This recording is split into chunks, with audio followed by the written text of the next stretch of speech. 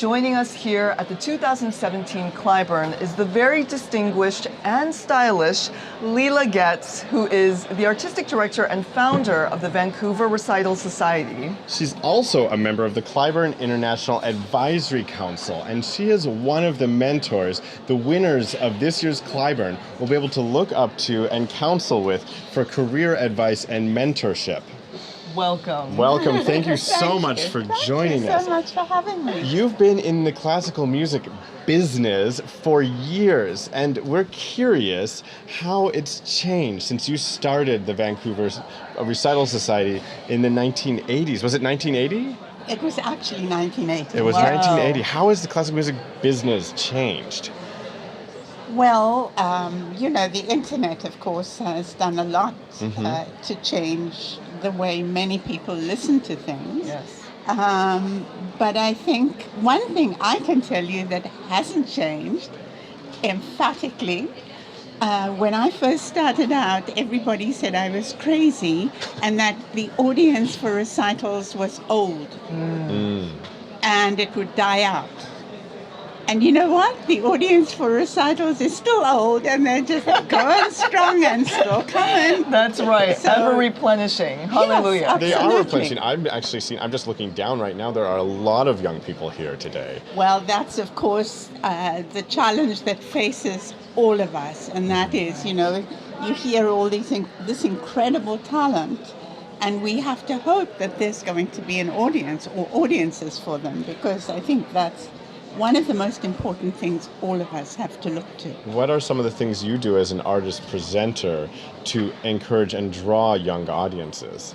Well, we do a couple of things. We have what we call a youth club, where children from the age of 10 to by the time they graduate from high school can come to the concerts for as little as $15 a ticket and sit anywhere in the house. Oh, anywhere. So, Wonderful. yes, absolutely, because the last thing I think one should do with a young person is stick them somewhere at the back of the hall. Yes. So, absolutely. and we encourage them to come backstage and to meet the artist. wow. I love that. And we also like to prepare them for the concert, and we used to have bios of the artists and ask the artists questions like, what do you do on the day of a concert, and what do you do, what's your idea of a holiday? So we have that. And we also have something called RU35, which is for 18 to 35-year-olds, and they get in for $18 a concert. And that's been growing, and we really want to grow and develop that to have some social things around it. It's That a is passion marvelous. of ours as well. We're happy to hear of other recital series doing things to encourage Oh, the absolutely. young crowd. We feel like this And music our is generation. relevant and powerful, and it's just a matter of connecting and finding ways to connect with the music. Well, And to Totally. demystify the music, because I think a lot of Yes. people who didn't grow up with classical music are intimidated. They feel like they need to know all this theory or history, and they just need to experience it live. But you know what the other challenge is? You talk about, the intimidation factor. Yes. I think what can be intimidating is the actual ambience of a concert Yes, hall. of course. And I haven't yet quite figured out how to deal with that. I'm working on it. It's one thing we work on as well, and we, in our performances, Yes. we talk between Yes. every piece, and that already helps to calm people down because they feel like they're connected with you. And there's something a bit more informal. Even in a Yes. big concert space, it suddenly feels more like you're in a salon with someone you know. I completely agree with you. And we almost want it to Absolutely. feel as if we're sharing music in a very large scale living room, but that our friends are sharing in the musical experience with Yes. us. And I think it's sort of the attitude that we hope will help people feel comfortable and that they can enjoy themselves. Absolutely. We've been listening to the music of Franz Liszt over and over here at the competition, and Franz Liszt himself would talk between every piece. He would, in fact, take smoke breaks and eat some food, and at times he would ask the audience members to suggest pieces for him to improvise upon. There was a Right. casualness Yes. that doesn't always exist today, and so Yes. Maybe if go on. Maybe if I'd been alive in this time, I would have have enjoyed his music more. No. We've heard a lot of lists so far.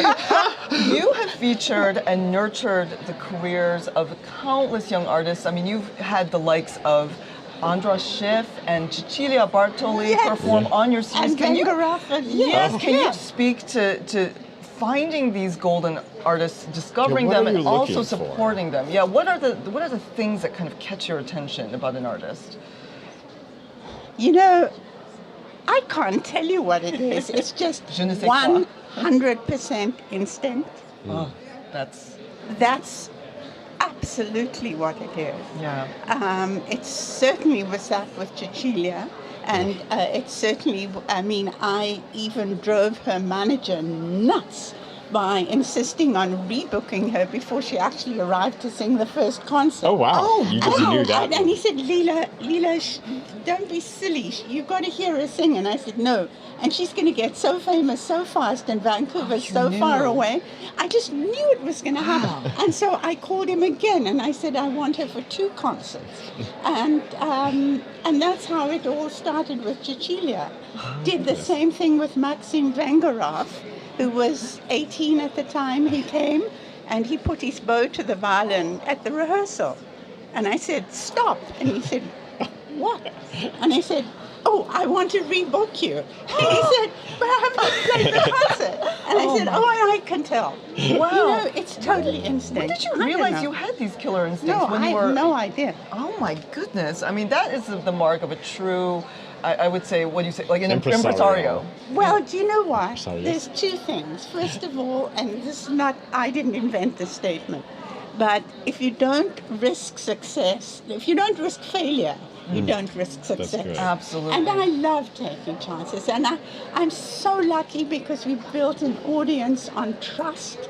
And the audience in Vancouver will come. I mean, we sold out Ksenia Sidorova, the accordion player, who Yes. opened our season this year. I Oh. sold Brilliant. out a trumpet Brilliant. recital with Tina Singh Helford. I sold out a mandolin. And you know what else?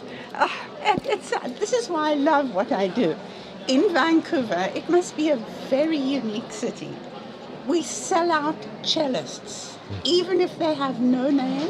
I put a cellist on my series and the tickets fly out Oh, the good. door. Well, I personally, if I didn't play piano, wish I played cello. Yeah. So I understand. Well, you mentioned risk as a piece of advice. Yes. You have to risk failure to achieve success. We know that you're being the mentor for some of the winners, but our audience members here who are not participating in the competition for this opportunity to work with them, what sort of advice do you have to them? Because there are a lot of aspiring musicians watching right now. Well, oh my God. I think the first thing is you have to completely believe in yourself and you have to have the courage to follow your convictions. The other thing is, I mean, I think that one of the joys of a competition like this, for me personally, is being able to hear so much young talent. And you have to have determination, and you have to know where to get the right advice. I think the most important thing is to know what you don't know and to know where to go and get help. Hell, I didn't know what I was doing when I started the VRS, but I knew, to go and ask questions. And I had music in my background, but I didn't know about marketing and budgeting. So I think it's a matter of knowing what you don't know and going for help. Great. And just sticking with it, following your dream. If you've got a passion, then you're caught away there. Timeless wisdom from Leila Getz. Absolutely Yes. timeless. Before we let you go, we wanted to ask you a series of short questions. We're Yes. hoping you could answer with just a few words, kind of rapid fire. Me, a few words? Yes, Leila, you are in the hot seat for Cliburning questions. Let's go. So the first question we have for you is, at which store would you like to max out your credit card? Oh my God, and I spend money like water. I've got champagne taste on a beer budget. No, I can't answer. Yes, there's a store. Can it be in Germany? Of course. Oscar. Anywhere. OSKA. Love it. Okay. Love it. What was your favorite television program growing up? I didn't have television when I was growing up. I that's grew right. up That's in not South gonna work then, Africa. is it? How about Oh, that? that's a cool fact. Can you play any instruments yourself? Yes, I studied piano and cello, but I don't play anymore. I leave it to the experts. Have you ever had a poem or song written about you? By No. oh, Oh, okay. oh, someday. What is left on your bucket list? I'd like to do some more traveling. Oh, Yes, Where- there are. You know what? I'd like to. Well, I want to go to the new the Philharmonie in Oh. yes, in where do they make pianos in Hamburg. Hamburg. Yes. I'd No, like to that's- go there. I'd die to go back to Berlin to the wonderful concert Incredible halls city. there. well, there's And much. on my bucket list, I think I'd like to be able to hear Dinu Lapati play the piano live. Oh, one But I of our have to wait, I guess, Absolute till I favorite. kick the bucket. Well, thank you so much for joining us today.